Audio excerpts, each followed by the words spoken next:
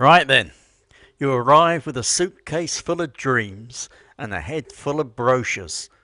Sunshine, smiles, cheap beer, and a life of effortless comfort. Then Thailand, in its infinite and mischievous wisdom, quietly took those brochures, rolled them into a tube, and smacked you over the head with them. The power cuts during the monsoon are not in the brochure. The gecko that sounds like a malfunctioning alarm clock living in your ceiling is not in the brochure. The profound soul-tested mystery of Thai time when you are waiting for a repair technician, definitely not in the brochure.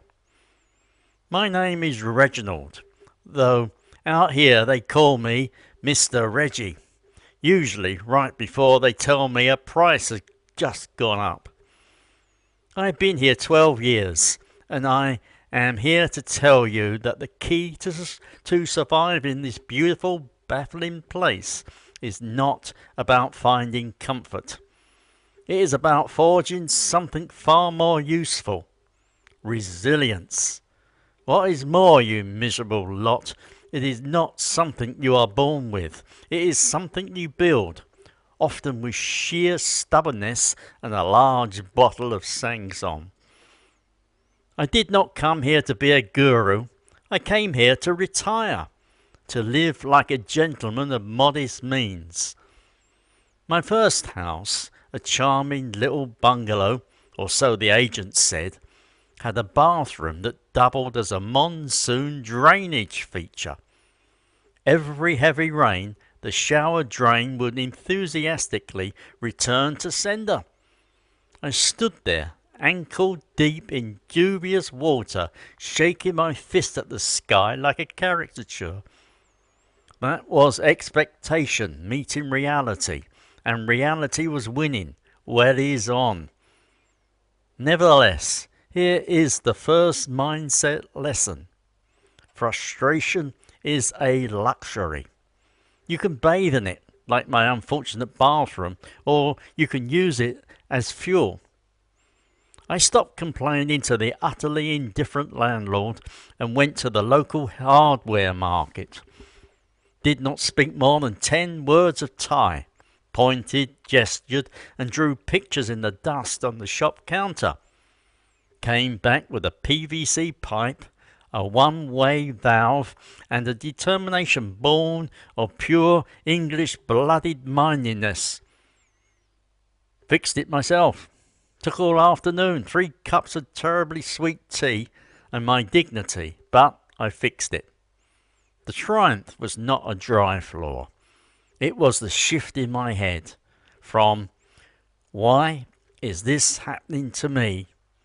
to "right, how do we solve this?" Speaking of solving things,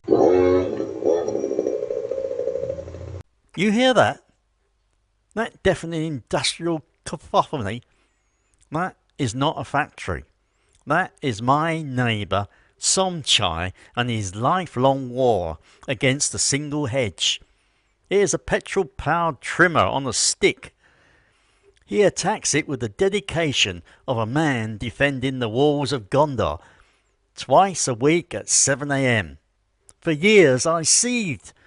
I dreamed of subtle English-style revenge, poisoning his mango tree with a harshly worded letter. Then, one day, the sound did not come. Silence. Glorious birdsong-filled silence. And you know what? I missed it. The absurdity hit me. That racket was the sound of someone caring for his home, his patch of earth. My frustration had blinded me to the context. So I adopted a new strategy. I now call it the 7 a.m. hedge warfare hour. I get my best thinking done. I plan my day to the soundtrack of his dedication. I even raised a glass to him once. He probably thought I was mad. He is not wrong.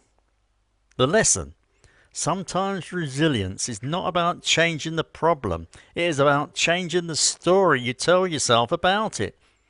Turn an irritant into a ritual. It applies to everything.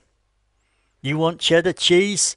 It costs more than your electric bill and has the texture of a mildly dairy flavoured rubber. Do you spend years moaning about it? Or do you do as I did?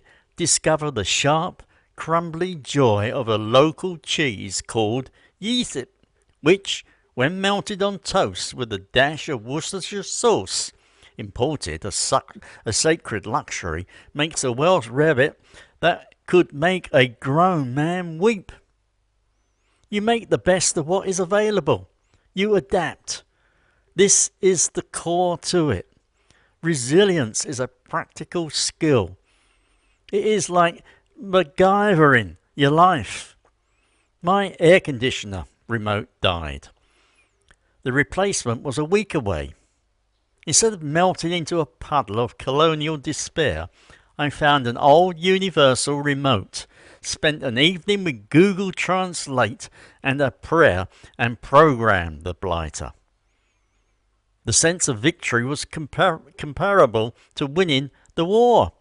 Small scale, personal, but a victory nonetheless.